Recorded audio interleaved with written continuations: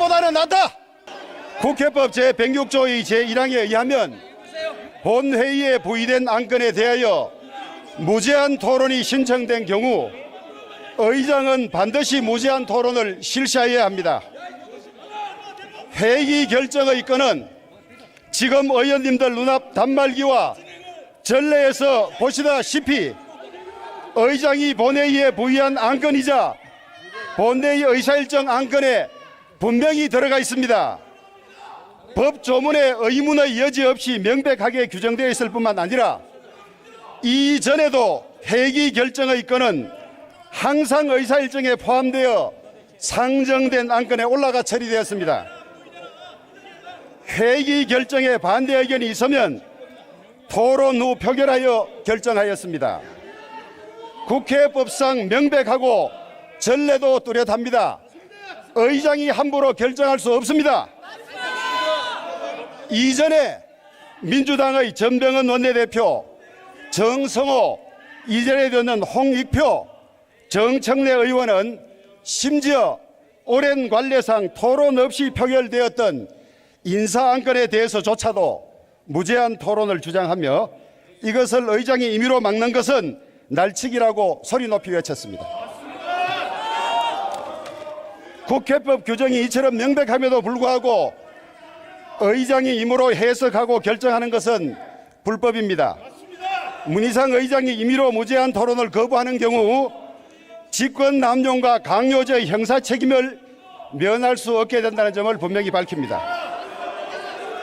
문 의장은 불법의 강제 사보임을 받아들이고 사개특위에서 180일을 채우지 못하여 그 절차가 무효가 된 공수처법을 억지로 법사위에 가져가서 나머지 기간도 채우지 않은 채 본회의에 부의하고 무제한 토론을 수차례 막으면서 수정안조차 배포하지 않은 채 표결을 강행하려고 하고 있습니다.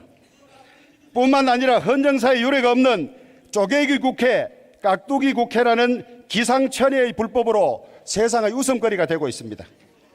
문재인 대통령과 민주당은 좌파의 장기집권 기반을 공고히 하고 검찰을 무력화하여 임기 후반과 퇴임 후에 있을 형사처벌을 피하기 위한 안전장치를 마련하기 위해서 저런다고 하지만은 의회주의자라고 자칭하고 백봉 신사상을 무려 4번이나 받았다는 문희상 의장은 무엇 때문에 무리한 불법을 수차례나 거듭하며 의회 민주주의, 절차 민주주의를 파괴하는 것인가요?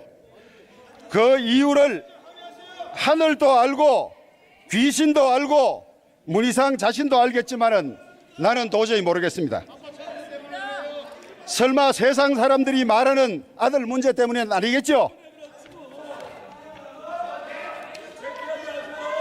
문 의장은 지금이라도 이성을 되찾아서 국회법 절차대로 합법적이고 중립적으로 의사를 진행해 줄 것을 강력히 요구합니다.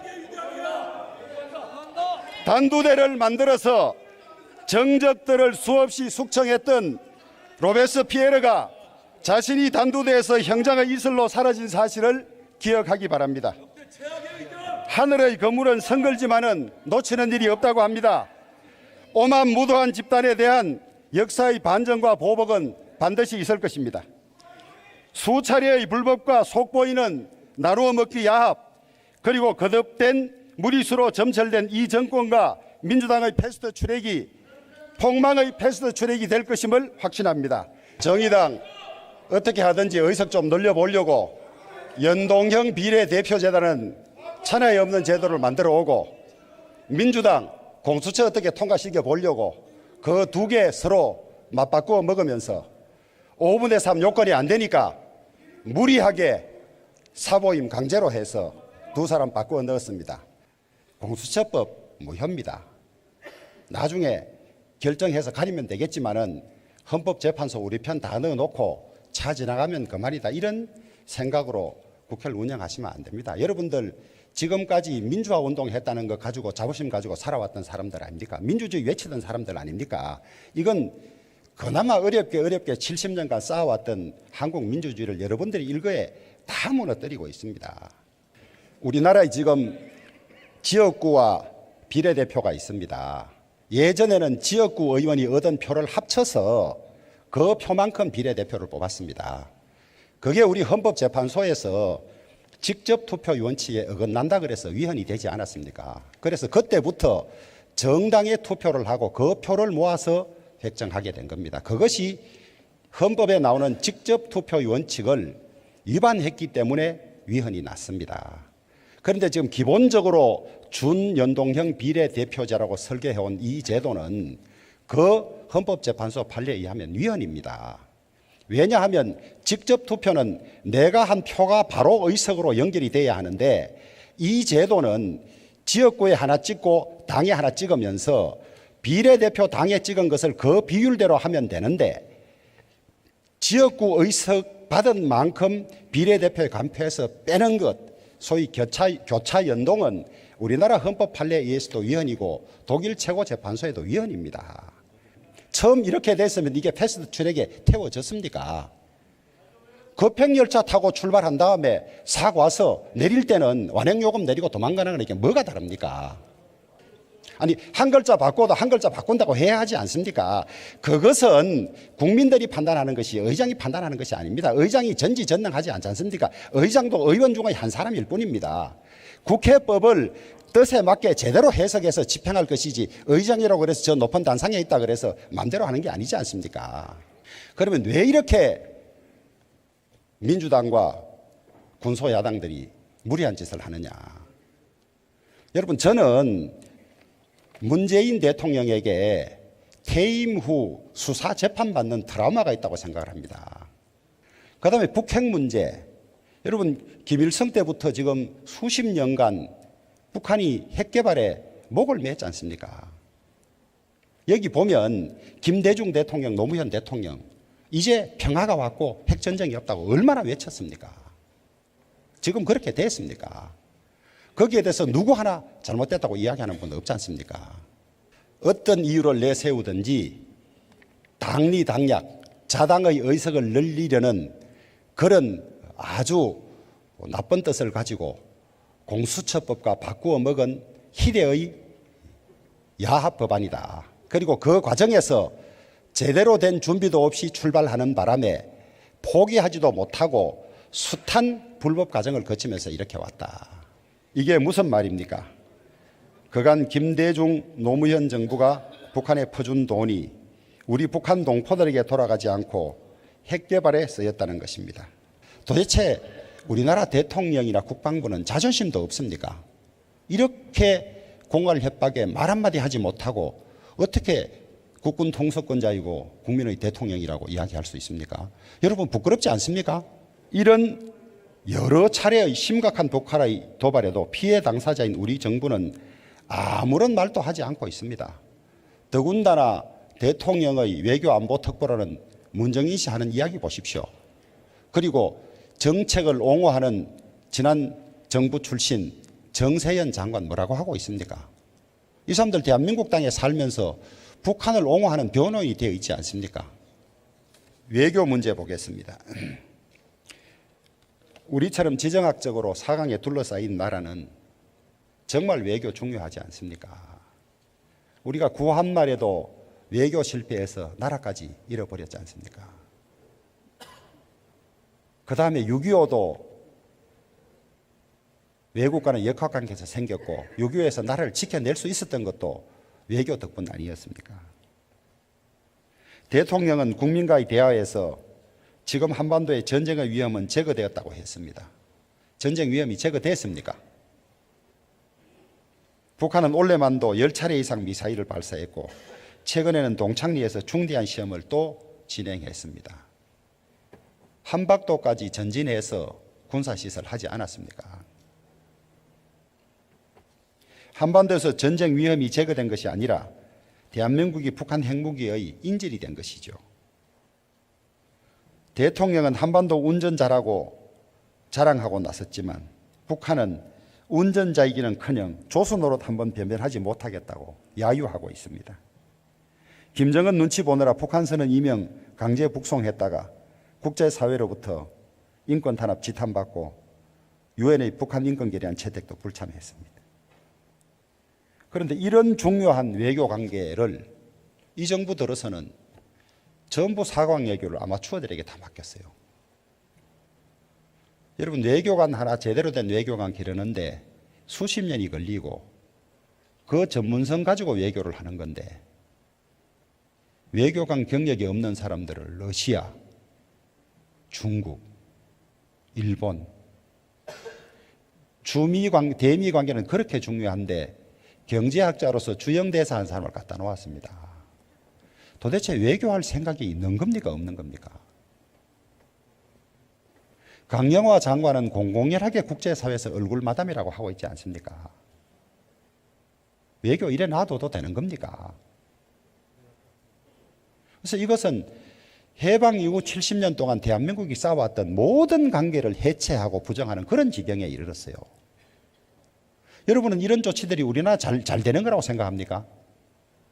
지금이라도 늦지 않습니다. 장깨 부리지 말고 야당이 추천하는 특별감찰관 받으십시오. 그래야 후반기에 다시 사고 안 생깁니다. 지금 드러난 거 보면 유재수 사건이나 울산시장 사건, 청와대 비서실이 온통 공범 집단이 돼 있지 않습니까?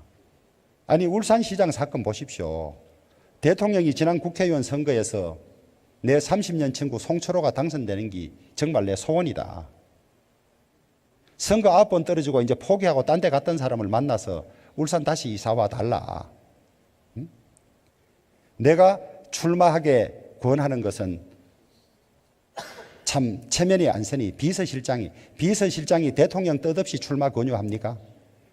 응? 그러면 조국이 유재수를 봐줬다? 조국이 일면식도 없는 유재수를 뭐 때문에 봐주겠습니까? 누군가가 강력한 부탁이 있었을 거 아닙니까? 그 더 위선에서, 아니면 권력의 실세에서. 여러분, 이거 덮을 수 있다고 생각합니까?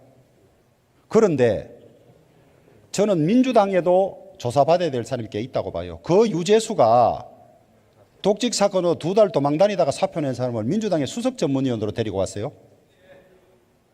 누가 데리고 온 겁니까?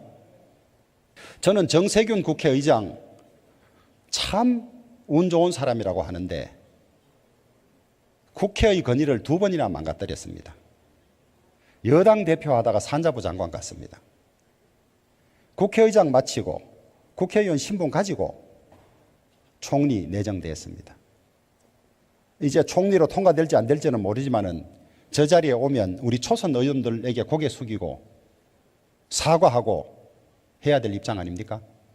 이런 인사를 왜 합니까? 다음 경제 문제 한번 보겠습니다. 아니, 그런데 대통령은 우리 경제가 건전한 방향으로 가고 있다는데 총리는 심각한 문제가 있다 하면 그 부총리 잘라야 되는 거 아닙니까? 누구 말이 옳은 겁니까? 차라리 무능하면 좋겠다. 이건 무능이 아니고 청개구리다. 완전히 반대로 한다. 경제가 올바른 방향으로 가고 있다고 정신 있냐 이겁니다. 도둑질 해먹어도 손발을 좀 맞춰야 될 거 아닙니까? 기재부 차관하고 대통령이. 재정을 살포하는 세금 주도 성장으로는 경제를 못 살린다는 게 이구동성 이야기입니다. 소득 격차 완화됐다고 합니다. 정말 보고 싶은 것만 보는 모양입니다. 하위 20%의 가처분 소득은 올 2분기까지 6분기나 계속 추락했습니다. 3분기 들어서 살짝 개선은 되었지만은 단기간 급락에 따른 기술적 반등의 성격이 짙다는 것이고, 고용시장 회복세 역시 세금으로 만든 노인 알바를 빼고 나면 빈강정입니다. 노동시장의 주력인 30, 40대의 고용과 제조, 금융업 등 양질의 일자리는 기록적인 감소세에 있습니다. 제가 들었습니다. 이렇게 최저임금 인상으로 자영업자들이 망하는데 왜 이 정책을 굳이 쓰느냐. 망하는 자영업자는 하나고 최저임금 높이 받는 근로자는 여러 명이어서 민주당은 한 사람 표 읽고 여러 사람 표 얻으려고 이런다고 이렇게 이야기합니다. 문재인 정권 부동산 정책 실패했습니다. 서울의 아파트 매매 가격이 폭등했습니다. 공시가격의 급격한 인상으로 보유세 세금 폭탄이 또 떨어졌습니다. 재건축, 재개발을 가로막는 등 공급을 막아서 수요를 따라가지 못하게 했습니다. 현금이 없는 서민들은 대출이 막혀서 서울에서 집도 사지 못하게 하였고 그동안 아파트 값은 폭등했습니다. 더 웃기는 것은 공직자 집 두 채 다 팔아라는 겁니다. 대통령이 그런 권한이 있습니까? 나무 집 팔아라고 할 권한이 있습니까? 안 팔면 이런저런 압박하겠죠. 그게 독재 국가지요. 정책 제대로 쓰지 않고 이런 식으로 폭거입니다. 폭거. 상황이 이러다 보니 문재인 정부의 부동산 대책 목표는 서울 집값을 올려서 집 많이 가지고 있는 정책실장들, 이런 사람들 자기 집값 올리려고 이러려나 하는 이런 웃지 못할 농담들이 생기는 겁니다. 부동산 문제는 자신이 있다고 황당한 발언만 하고 있습니다. 부동산이 안정됐다는 것이 도대체 대통령이 어떻게 이런 이야기를 하는 겁니까? 누가 이따위 보고를 하는 겁니까? 지금 청와대 참모진이나 인재풀로 부동산 못 잡겠다면 제발 반대 진영에 있는 사람 이야기 귀 좀 기울여 주십시오. 우리 당에도 부동산 전문가들이 있습니다. 이런 분들 말을 좀 세게 들어서, 세게 들으면 집값 안정되면 여러분들에게 득될 텐데 왜 그 말 안 듣습니까? 제1야당의 대표가 음동설안에 단식까지 하면서 청와대 앞에서 대통령 만나달라고 하는데 한 번이라도 들렸습니까? 문 대통령은 인정 하나는 있는 것 같아요. 자기 사무실에서 변호사만 쭉 하던 김매숙 씨를 졸지에 법제처장으로 발탁했어. 그러다가 또 인사수석으로 데리고 갔어. 더 놀라운 것은 군 근무 시절에 특전사 중대장 하던 분을 골프장 사장으로 앉혔어. 제가 이따가 도대체 어떻게 개인적인 인연으로 공직에 갔는지 몇 개 더 꼽아 보겠습니다. 내부 자체가 코드로 다 돼서 스스로 무너뜨리고 있어요. 아니, 대통령이 외국 나가서는 우리나라 원전 그렇게 안전하고 사고 한 번 없다고 자랑하면서 자기 나라에서는 원전 안 짓는 이런 앞뒤가 안 맞는 일을 하고 있는데 어느 나라가 원전을 사겠습니까? 한국당 해산청원에는 정무수석이라는 사람이 이 문제는 청와대가 관여할 일이 아닙니다, 이렇게 하지 않고 그 부추기고 비아냥거리는 선거 때 심판해야 된다, 이런 식의 글을 올리는 이런 정부가 어떻게 협치와 국민 통합을 입에 담을 수 있습니까? 사자 신중충이란 말이 있습니다. 사자가 죽으면 겁나서, 사자가 죽어도 겁이 나서 딴 짐승은 못 달려야 되는데 사자 몸 안에서 구더기가 먼저 썩습니다. 사법부 독립을 이 사법부 안에 있는 사자충들이 다 해치고 있습니다. 먼저 무너뜨리고 있습니다. 선거 치르고 나면 각 당에서 선거사범들이 나오고 할 텐데 민주당 대표를 지내고 민주당 의원 신분을 가진 사람이 법무부 장관 하면 공정성을 믿겠습니까? 이건 아예 막 대놓고 공정성을 지키는 듯이 보이려고 하는 노력도 없어요. 아예 대놓고 걷어붙이고 하는 겁니다. 토요일, 일요일 빼고 하루에 한 명씩 낙하산 다 보냈습니다. 그러니까 이건 전리품이지 뭐. 아닌 말로 정권 잡아서 단맛 보다가 한 10년 굶었다가 이제 정권 잡으니까 곳곳에 빨대 꼽는 것밖에 안 돼요. 바른미래당이 발표한 자료에 의하면 2019년 올해 8월 31일을 기준으로 347개 공공기관의 총 임원수 3,368명을 전수조사한 결과 낙하산 인사는 총 515명으로 5명 중 1명꼴로 선임되었습니다. 입시제도 문제, 대통령 말 한마디에 그냥 오고 갑니다. 대통령 말 한마디에 정책이 오고 가면 대한민국의 모든 수준이 문재인 수준 이하로 돌아갑니다. 나는 대통령이 결코 전문가라고 생각하지 않습니다. 대통령이 어느 분야의 전문가입니까? 입시 전문가입니까? 자기들의 부정과 불법으로 입시제도를 헛들였는데 그것이 마치 제도의 문제인 양, 수시에 문제가 있는 양 정시를 늘리라고 교묘하게 책임 비틀기를 한 겁니다. 교육제도 환경에 심각한 영향을 미칠 수 있는, 심지어 주택 정책에도 영향을 미칠 수 있는 이런 일들을 그냥 대통령 한마디로 다 맞추고 따라갑니다. 이렇게 멋대로인 정부에 백년지 대계인 교육을 맡길 수 있겠습니까? 지금껏 교육부가 갈팡질팡한 것 모두 대통령의 말 한마디 때문이라는 사실을 국민 모두가 알고 있습니다.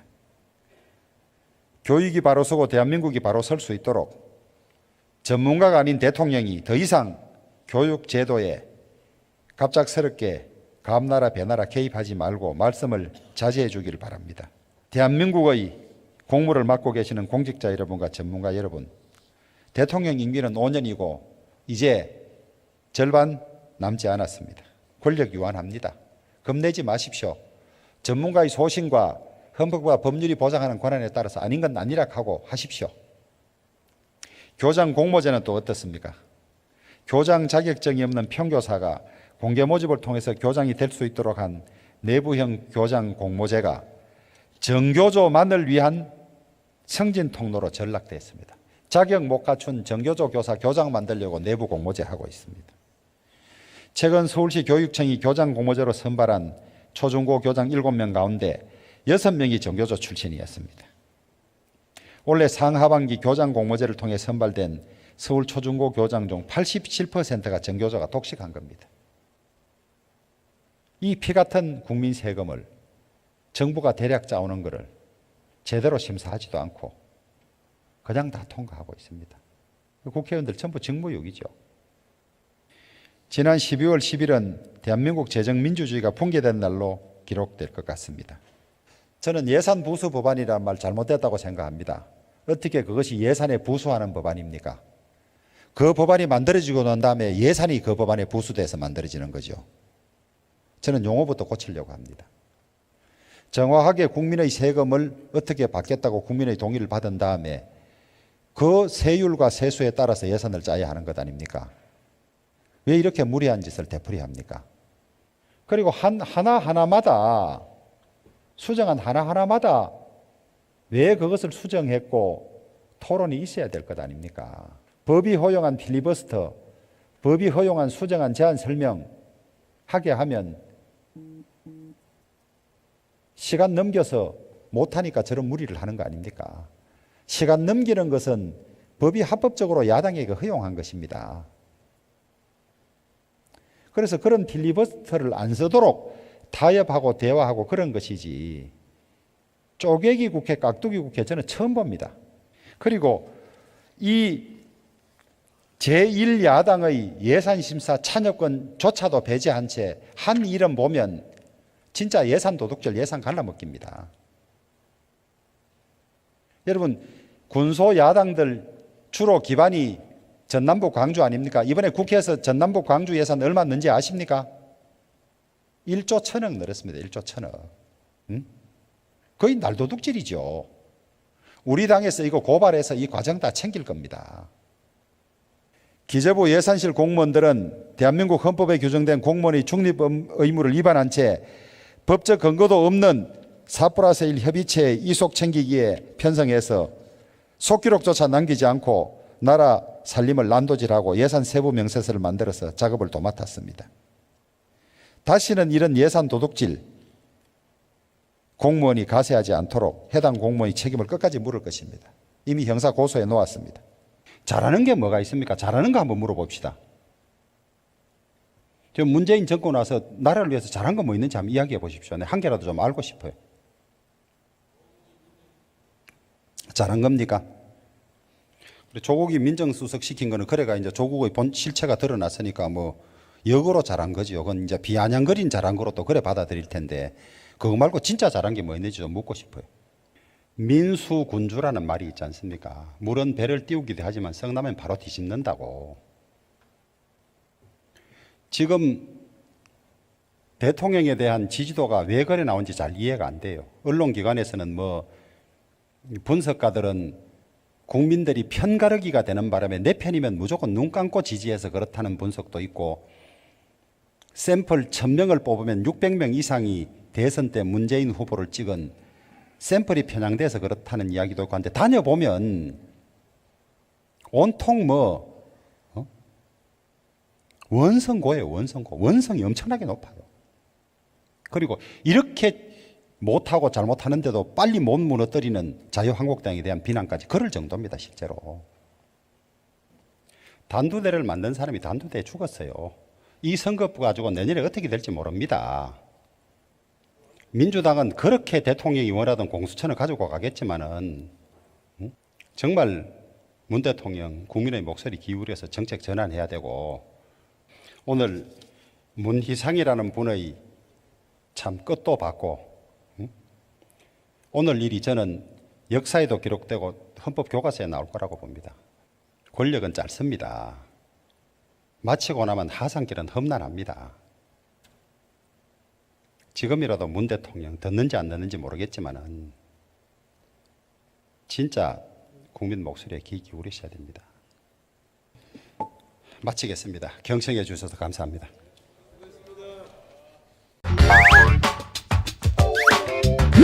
옳은 소리